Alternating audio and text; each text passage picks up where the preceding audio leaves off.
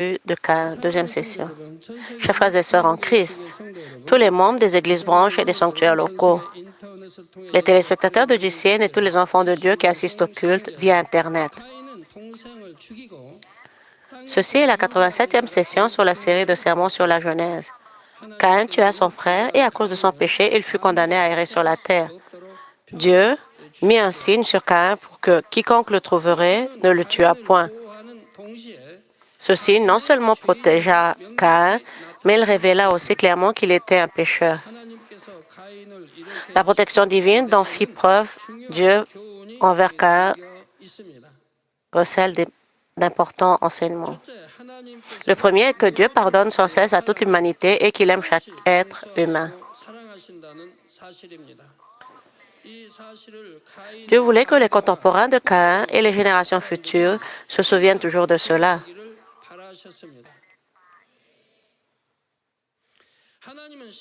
Dieu est parfaitement équilibré entre divinité et humanité.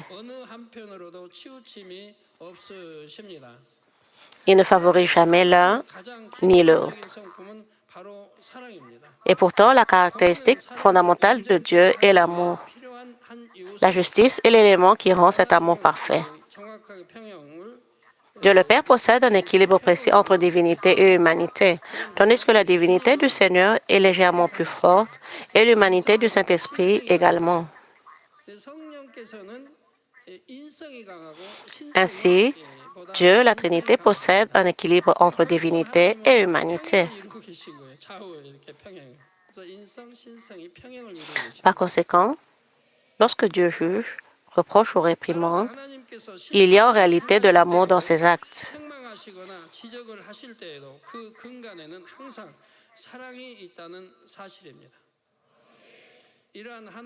Cet amour de Dieu a atteint son apogée lorsqu'il nous a donné Jésus sur la croix.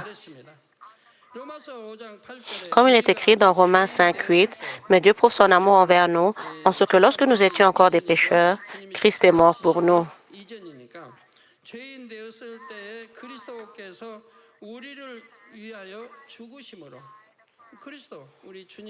Avant que le Seigneur ne porte la croix, l'humanité était encore pécheresse. Et Christ, le Seigneur, est mort pour vous et moi. Dieu a véritablement manifesté son amour. Il l'a prouvé en offrant son Fils unique en sacrifice pour nous, pécheurs, pour vous et moi, et il l'a prouvé en disant, « Je vous aime autant ». Si vous aimez, vous avez besoin de preuves. De plus, Dieu le Père a transmis d'innombrables messages d'amour par l'intermédiaire de notre Seigneur.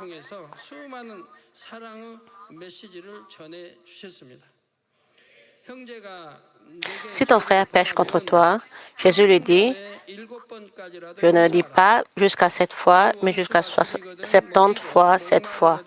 Matthieu 18, 22. Mais si ton ennemi a faim, donne-lui à manger. S'il a soif, donne-lui à boire. Romains 12, 20.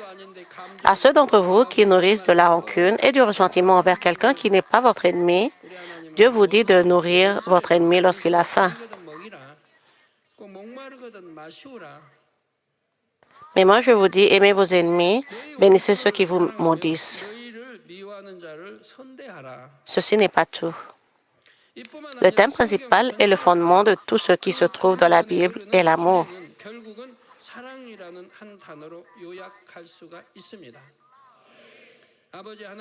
En effet, Dieu le Père lui-même a manifesté cet amour à travers l'épisode de Caïn.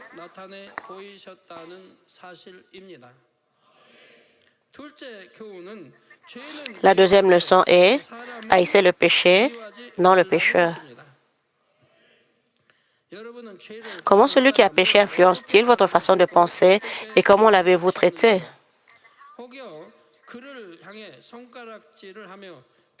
L'avez-vous pointé du doigt et critiqué? L'avez-vous condamné avec indifférence?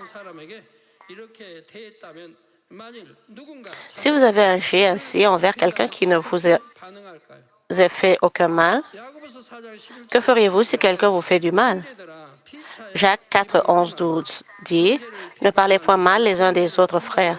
Celui qui parle mal d'un frère ou qui juge son frère parle mal de la loi et juge la loi. Or, si tu juges la loi, tu n'es pas observateur de la loi, mais tu en es juge. Un seul est législateur et juge. C'est celui qui peut sauver et perdre. Mais toi, qui es-tu qui juge le prochain? Il y a quelques années encore, n'étiez-vous pas enclin à l'envie, à la jalousie, au jugement et à la calomnie les uns envers les autres parmi notre congrégation?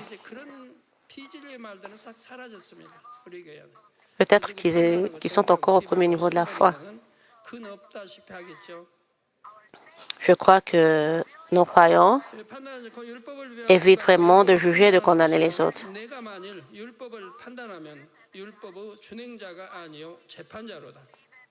Un seul législateur et juge, c'est celui qui peut sauver et perdre. Mais toi, qui es-tu qui juge le prochain?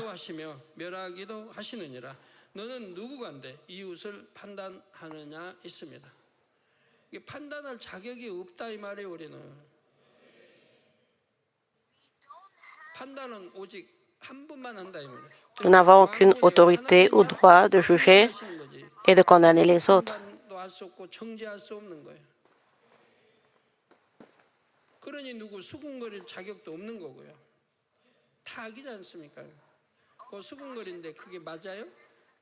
Vous calomniez, vous ne calomnierez pas de cette personne devant lui ou même avec vos membres de famille.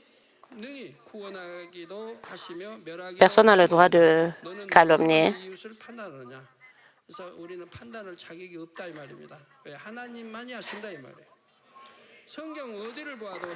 Je vais lire encore. Un seul est législateur et juge, c'est celui qui peut sauver et perdre. Mais toi, qui es-tu qui juge le prochain? Ce ne sont pas toutes les rumeurs qui sont vraies et dont nous devons croire. Donc, nous ne sommes pas qualifiés de juger et de condamner.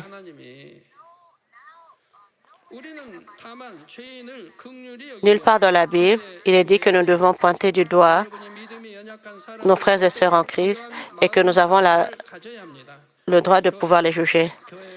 Une seule personne a le droit de pouvoir faire cela, c'est Dieu le Père. Nous devrions simplement avoir pitié des pécheurs et prier pour eux. Adopter cette attitude face à des personnes dont la foi est fragile. Les nouveaux croyants qui viennent de s'enregistrer à l'Église ou les croyants à la foi naissante ont inévitablement des habitudes du monde dans leurs pensées, leurs paroles et leurs actions. Il ne faut pas leur faire remarquer sans discernement que c'est mal et les forcer à faire le bien. Lorsque vous évangélisez, vous devez le faire avec sagesse, même auprès de vos maris. Sinon, il arrive que des maris maudissent l'Église et Dieu.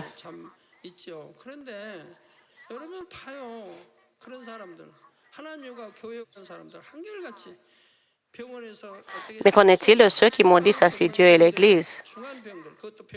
Ils souffrent souvent de maladies graves et incurables ou sont atteints d'un cancer en phase terminale. Réfléchissez-y. Pourquoi blasphèment-ils Dieu et l'Église? Les conséquences de leurs actes sont véritablement terribles. Ils ne devraient donc jamais agir ainsi.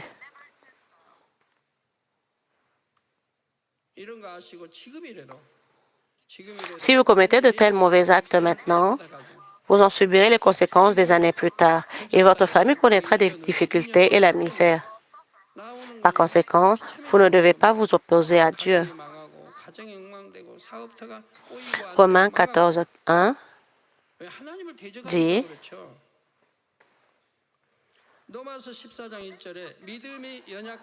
Faites accueil à celui qui est faible de la foi et ne discutez pas sur les opinions. »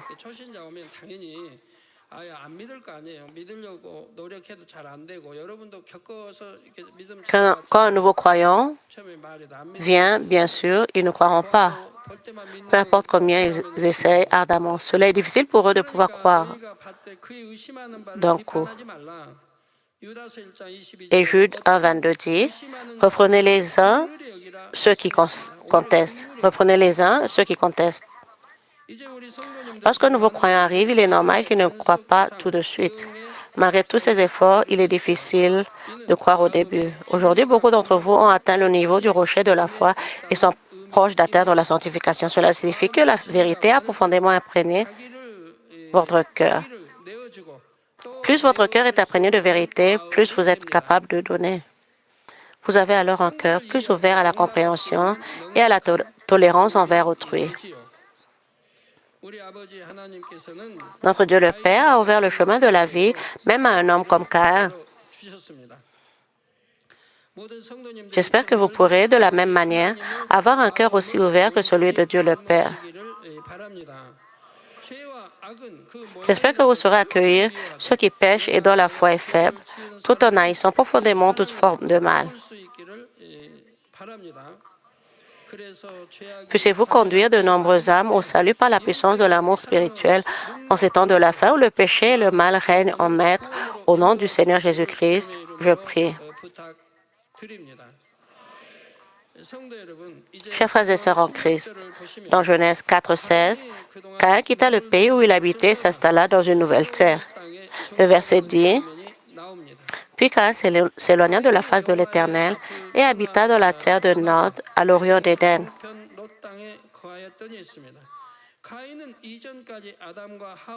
Jusqu'alors, Caïn avait vécu avec Adam et Ève. La terre où Adam et Ève s'établirent est celle d'Israël d'aujourd'hui. Adam et Ève eurent de nombreux enfants sur la terre et tous la quittèrent, à l'exception de Caïn et Abel.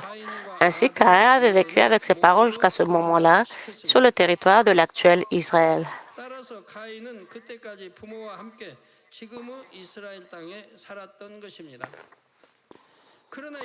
Mais à présent, il fut puni et dut quitter le pays. À ce sujet, la Bible dit, « Puis Caïn s'éloigna de la face de l'Éternel. » Cela signifie qu'il se retira alors de la grâce et de la protection de Dieu. Bien qu'Adam ait péché et ait été chassé sur la terre, Dieu continua de prendre soin de lui.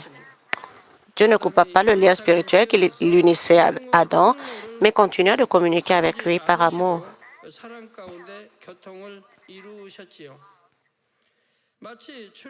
De même qu'il sépare le pays de Goshen de l'Égypte lors de l'Exode, il apporta une attention particulière à la terre où Adam s'était installé. Je ne dis pas que les autres régions étaient polluées ou ravagées par des catastrophes à cette époque. Je dis simplement que l'attention et l'amour de Dieu pour la terre d'Israël étaient bien plus grandes. En d'autres termes, la grâce et la miséricorde de Dieu reposaient sur cette terre. Imaginez que vous devriez envoyer un être cher vivre dans un pays étranger. Ne porteriez-vous pas alors plus d'attention à ce pays? Si vous apprenez qu'il y a un tremblement de terre ou un incendie de forêt dans la région où se trouvent vos enfants, vous serez très inquiet et suivrez les informations. En cas d'accident grave ou de catastrophe, vous serez immédiatement saisi d'inquiétude. Vous vérifierez alors si votre enfant est en sécurité et vous vous interrogerez sur les conséquences de cette catastrophe pour lui ou elle. De même, Dieu le Père portait un grand intérêt à la terre où Adam s'était installé. Jusqu'alors, Caïn, le fils aîné d'Adam, vivait dans un lieu béni. Mais Caïn reçut alors la punition de quitter cet endroit.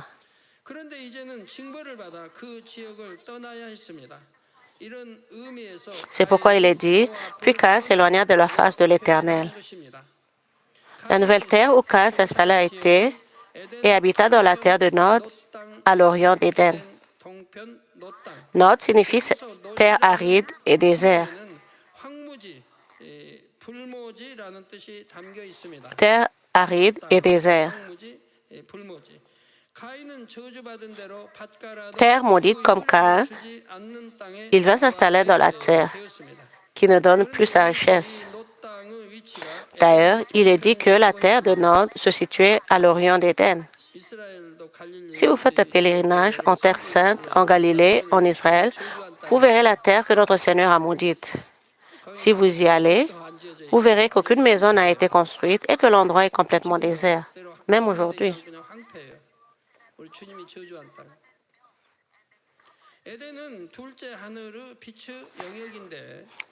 Où se trouve Nod, à l'orient du jardin d'Éden? Est-ce au second ciel? Non, Adam ne pouvait pas retourner au deuxième ciel, et encore moins Caïn qui avait commis le péché. Alors, à quoi fait référence le terme Éden dans ce verset? Cela désigne la région où se trouvait un passage spirituel menant au jardin d'Éden. Cet endroit était proche d'un passage spirituel menant au jardin d'Éden. Adam est descendu sur terre par ce passage. Et plus tard, ses descendants du jardin d'Éden lui ont également rendu visite par ce même passage. Puis pour Adam, l'endroit où se trouvait ce passage était comme Éden. Les descendants d'Adam nés sur terre appelèrent cet endroit Éden. La terre où Caïn s'installa se situait à l'orient de cet endroit qu'ils appelaient Éden. Ce n'était pas loin d'Éden.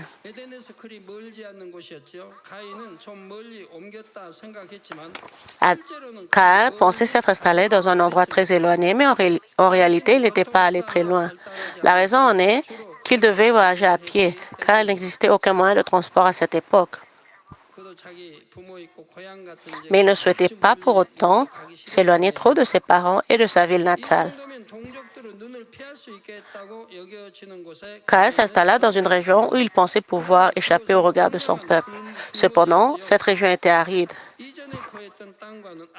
C'était bien différent de l'endroit où il avait vécu auparavant. Chers frères et sœurs en Christ, à travers l'exemple de Caïn, vous devrez comprendre combien une vie est différente lorsqu'elle est sous la grâce et la protection de Dieu et lorsqu'elle ne l'est pas. Notre Dieu y est immuable. Il ne change pas d'avis à sa guise lorsqu'il protège quelqu'un. Il accomplit toutes choses selon la justice, conformément à ce qu'il a institué dès le départ.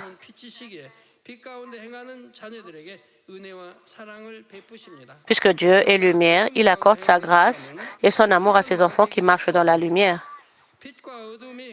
En revanche, ceux qui marchent dans les ténèbres appartiennent à l'ennemi, le diable et Satan. De même que la lumière et les ténèbres ne peuvent coexister, le Dieu de lumière ne peut protéger les enfants des ténèbres.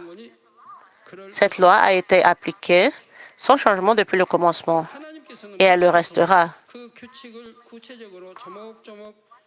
Dieu a expliqué cette loi point par point en détail par l'intermédiaire de Moïse. Il s'agit des commandements, des ordonnances et des statuts. On en compte environ 613. Dieu a aussi clairement expliqué les bénédictions qui seraient reçues en observant la loi et les malheurs qui s'abattraient sur ceux qui la transgresseraient. On trouve de tels exemples dans le Lévitique 26 et le Deutéronome 28. Et Jésus accomplit la loi avec amour. Il nous dit dans Jean 14, 15, « Si vous m'aimez, gardez mes commandements. » Il dit aussi dans Jean 14, 21, « Celui qui a mes commandements et qui les garde, c'est celui qui m'aime. Et celui qui m'aime sera aimé de mon Père. Je l'aimerai et je me ferai connaître à lui. »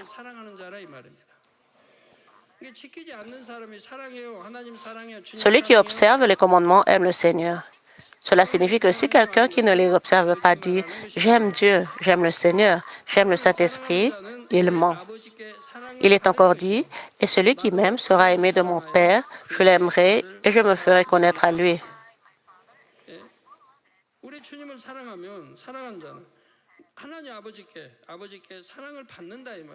Encore, il est dit que celui qui m'aime sera aimé par mon Père et je l'aimerai et je me ferai connaître à lui. Il est tout à fait naturel que ceux qui aiment le Seigneur reçoivent l'amour de Dieu, le Père. Comme ce serait merveilleux si quelqu'un, même votre voisin, aimait votre enfant. Vous ressentiriez également de l'affection pour ceux qui aiment votre enfant, bien sûr, d'un amour spirituel. Lorsque le Seigneur dit qu'il se révélera à une telle personne, cela signifie qu'il la rencontrera bientôt. Ainsi, lorsqu'elle prie, elle reçoit des réponses, vit des expériences et ressent la présence du Seigneur. Ceux qui aiment Dieu le Père et le Seigneur trouvent la joie de vivre selon la parole de Dieu.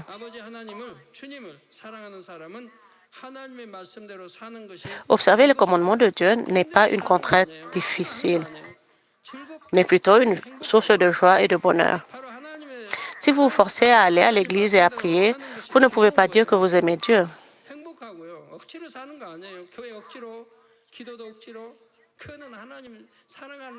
De plus, cela ne révèle pas de la foi. C'est un acte de désir personnel, un désir d'être béni. On peut dire que c'est un effort pour aimer Dieu, mais ce n'est pas un pas vers l'amour véritable pour Dieu. Lorsque la parole de Dieu est semée dans votre cœur, vous vous efforcerez de l'aimer par la prière. En agissant ainsi, votre foi grandira peu à peu. Votre amour pour Dieu grandira également. Et vous porterez le fruit de l'amour.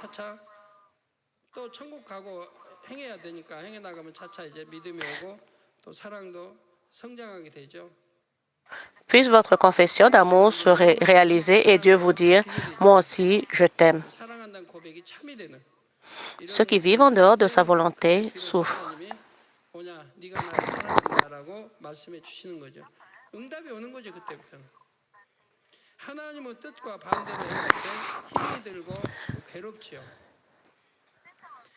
Puisque notre Dieu, le Père, est l'amour même, il donne un amour débordant à ceux qui l'aiment véritablement.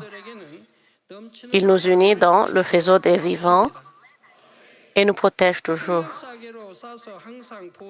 Même dans une situation où nous risquons de perdre la vie, il nous protège afin que nous ne soyons jamais blessés.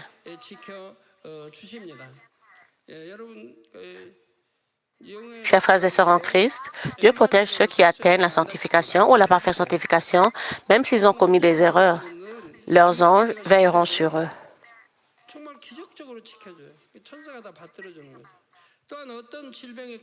Il nous bénit aussi afin que nous ne tombions pas malades et que nous menions une vie saine. De plus, lorsque ses enfants demandent et prient à Dieu, Dieu le Père les écoute et exauce leurs prières. En rendant même l'impossible possible, il les bénit afin qu'ils vivent comme des enfants de Dieu.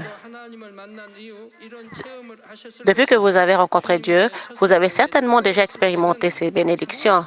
Lorsque votre premier amour pour le Seigneur était fervent, vous receviez tout ce que vous demandiez. Si vous n'aviez pas perdu ce premier amour, vous aurez continué à recevoir la grâce et la bénédiction de Dieu.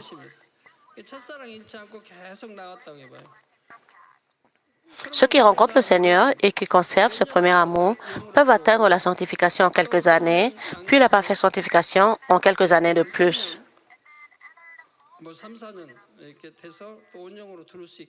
Cette Église enseigne constamment le chemin et la méthode, ce qui vous permettra d'y parvenir rapidement.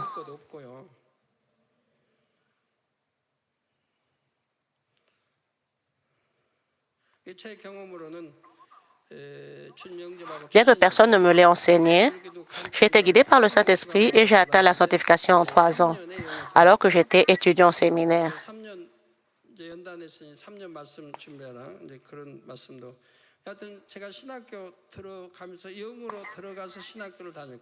Après avoir obtenu mon diplôme, j'ai atteint la parfaite sanctification et j'ai fondé cette Église. Ainsi, même à mes débuts, lorsque je priais, le Saint-Esprit agissait pour amener les morts à la vie, permettre aux femmes stériles de concevoir et guérir instantanément des cancers en phase terminale.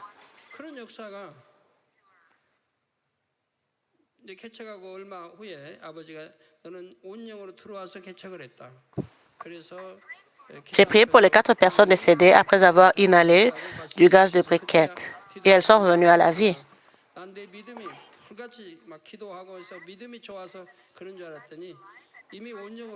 À ce moment-là, Dieu le Père dit, « Tu as atteint la parfaite sanctification et tu as ouvert la voie. » C'est pourquoi les miracles et les signes étaient si puissants. Cela est pourquoi les miracles et les signes étaient si puissants au début. Alors seulement, je compris que ce n'était pas seulement ma foi qui était grande, mais que j'avais atteint la parfaite sanctification et que j'avais reçu la puissance de Dieu.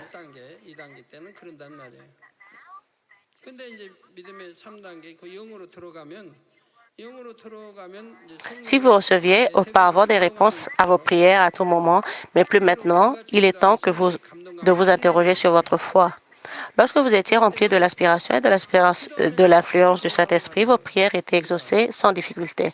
Mais à présent, vous ne recevez plus de réponse. Votre foi s'affaiblit, vous perdez votre premier amour. Cette situation se produit chez les nouveaux croyants ou au premier ou au deuxième niveau de la foi. Mais lorsque vous atteignez le troisième niveau de la foi ou lorsque vous atteignez la sanctification, vous êtes alors profondément guidé par le Saint-Esprit.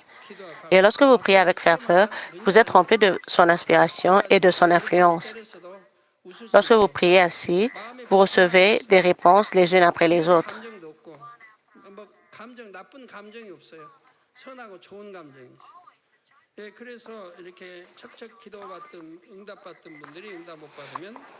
Observez ceux qui ont atteint la sanctification, ils sont toujours joyeux, car les paroles, soyez toujours joyeux, priez sans cesse, rendez grâce en toutes choses. 1 Thessaloniciens 5, 16, 18, sont déjà ancrés dans leur esprit. Quelles que soient les épreuves et les tribulations, même si quelqu'un souffre de martyre, il peut sourire et ne ressentir aucune gêne. Il ne ressent ni haine ni malveillance. Il ressent seulement la présence de celui qui les déçoit. Si vos prières tardent à être exaucées ou si vous vous sentez moins rempli du Saint-Esprit, examinez votre foi, identifiez vos points faibles, repentez-vous et revenez à la foi afin de retrouver la présence du Saint-Esprit. C'est parce que la justice est appliquée selon différents critères pour recevoir des réponses en fonction de votre foi. Plus votre foi est grande, plus le critère d'évaluation est exigeant. Il est donc important de vérifier honnêtement si vos actions actuelles sont conformes à votre foi. De plus, si vous commettez à nouveau un péché et vous engagez sur la voie de la mort, il serait difficile d'obtenir des réponses à vos prières. Vous menez peut-être une vie de foi exemplaire aujourd'hui, mais si vous avez commis par le passé un péché menant à la mort et que vous ne l'avez pas confessé à Dieu, vous ne recevrez pas de réponse à vos prières. Puisque le péché qui mène à la mort n'a pas été expié, c'est-à-dire qu'il n'y a pas eu de repentance ni de confession, la relation avec Dieu le Père est rompue. Si vous êtes pasteur, vous ne pourrez pas avoir le réveil dans votre église. Votre famille sera en difficulté. L'ennemi, le diable et ses manœuvres de division œuvreront. Vous serez affligé par la maladie. Et même si vous priez, vous n'aurez pas la force de vous écrier dans la prière. Vous ne pouvez pas prier avec ferveur, même si vous le voulez, car il y a toujours un mur de péché entre vous et Dieu.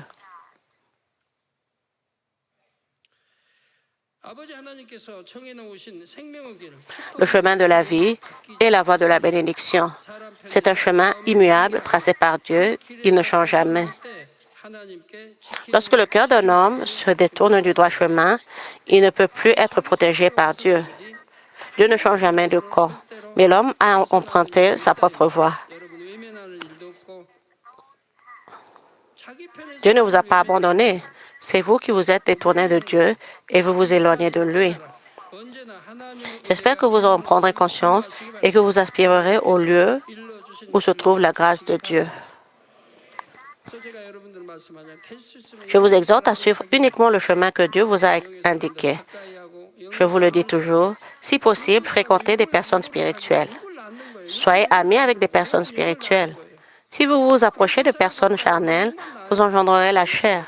La chair engendre la chair et l'esprit engendre l'esprit.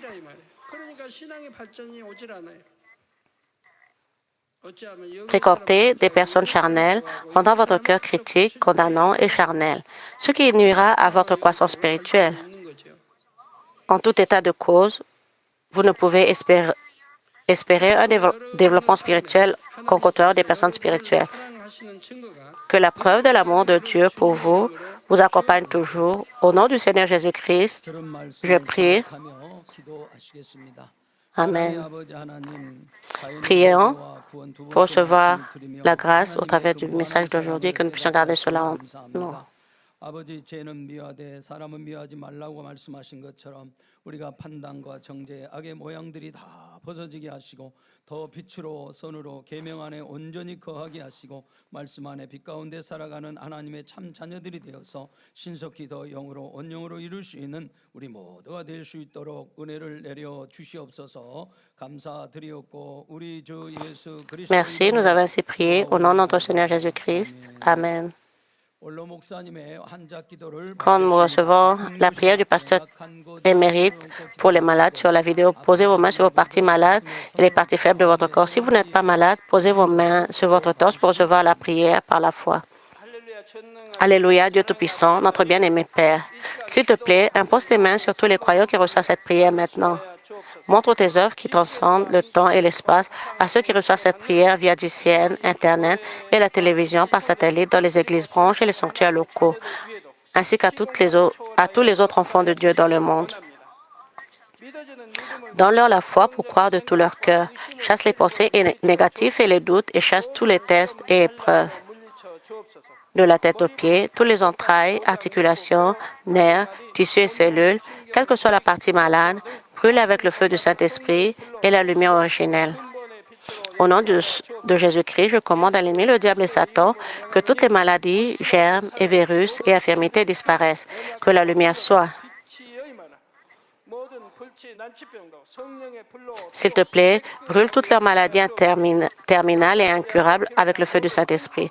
Chasse toutes tes maladies endémiques, donc la malaria, le paludisme, toutes les maladies contagieuses, y compris le rhume, la grippe et la fièvre. Disparaissez. Protège-les de toutes sortes de germes et de virus.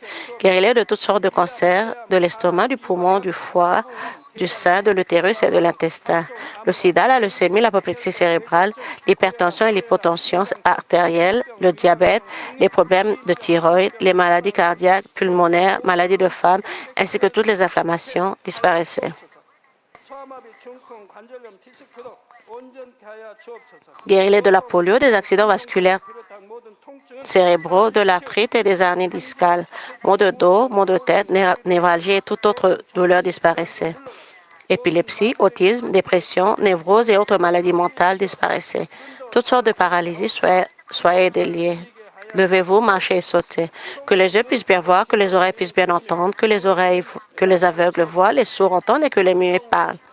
Guéris-les des séquelles de toutes sortes d'accidents, restaure leurs os brisés, restaure-les des brûlures, permets que la chaleur et la sensation de brûlure disparaissent.